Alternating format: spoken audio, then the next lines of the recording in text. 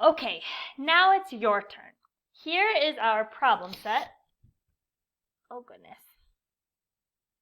Here's our problem set today with our 3 questions. It says problems 1 to 6, but since it's the last week before holiday break, I thought I'd give you an easy time and you just have to do 1, 2, and 3. Okay? Problem 1 says, Mrs. Parson gave each of her grandchildren $9. She gave a total of $36. How many grandchildren does Mrs. Parson have? Start with an RDW and it's guaranteed to help you get to where you need to go. Number 2. Shiva pours 27 liters of water equally into 9 containers.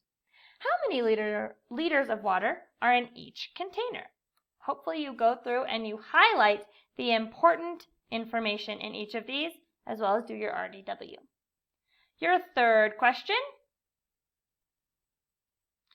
Derek cuts 7 pieces of wire. Each piece is 9 meters long. What is the total length of 7 pieces? Okay, you can use any of the strategies we worked on today to answer these 3 questions. Okay, when you're done, make sure you upload a picture of this onto Seesaw.